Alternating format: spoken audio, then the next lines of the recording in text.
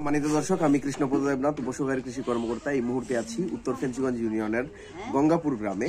গঙ্গাপুর গ্রামে আমরা মোট 4টি রাজস্ব প্রদর্শনী, সরিষা প্রদর্শনী করতেছি গঙ্গাপুর গ্রামে। এটা হচ্ছে গঙ্গাপুর ব্লকেরই একটা গ্রাম এবং আমরা দেখতে পাচ্ছি এই জায়গায় কিন্তু সার মিশ্রণ হচ্ছে। এখানে ডিএপি সার দেওয়া হয়েছে। আমরা এই যে ডিএপি সার আমরা দিছি 10 কেজি দিছি ডিএপি সার বিঘা প্রতি, এবং লাল সার দিছি যেটা হচ্ছে এমওপি সার, এটা হচ্ছে 12 কেজি দিছি বিঘা প্রতি। এবং আমাদের সাথে আছে আরো একটা সার, এটা হচ্ছে জিপসাম সার, এটা বিঘা প্রতি আমরা 5 কেজি আমরা দিছি। এবং এই সার মিশ্রণ করে আমরা কিন্তু সরিষা আর যে মাঠ, এই মাঠে কিন্তু আজকে আমরা সরিষার মাঠে এই সারটা প্রয়োগ করা হবে।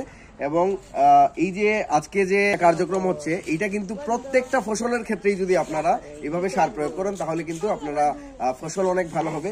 এবং সবচেয়ে বড় কথা হচ্ছে এই যে জিপসাম, এটা হচ্ছে জিবি জিপসাম দিচ্ছি আমরা। এখানে আছে ক্যালসিয়াম আছে 20%, সালফার আছে 16%। সরিষা চাষাবাদের ক্ষেত্রে বিশেষ করে জিপসামটা খুবই জনপ্রিয় এবং জরুরি। এবং যদি আপনি সরিষার ফলন বেশি পেতে চান তাহলে কিন্তু এই জিপসাম সারটা অবশ্যই প্রয়োগ করতে হবে।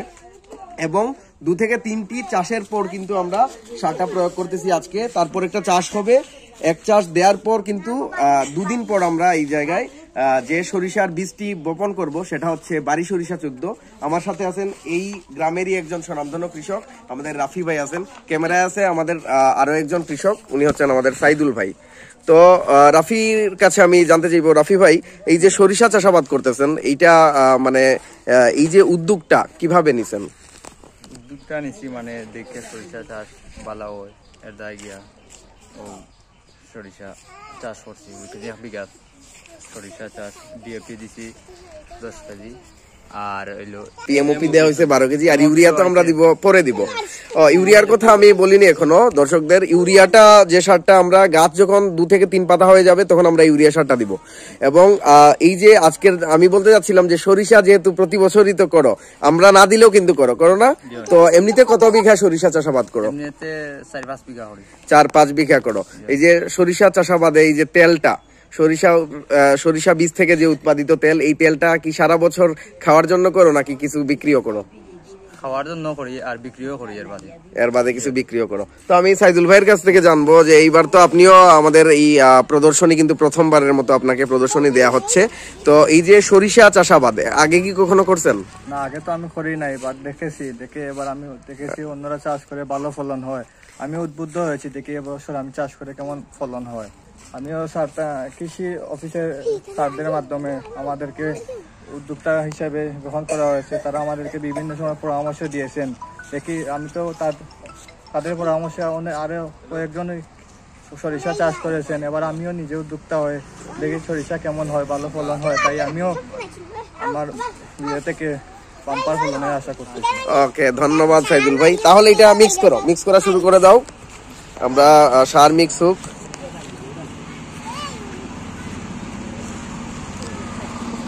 জিপসাম এটা তোমরা সরো এখান থেকে, বাচ্চারা সরো।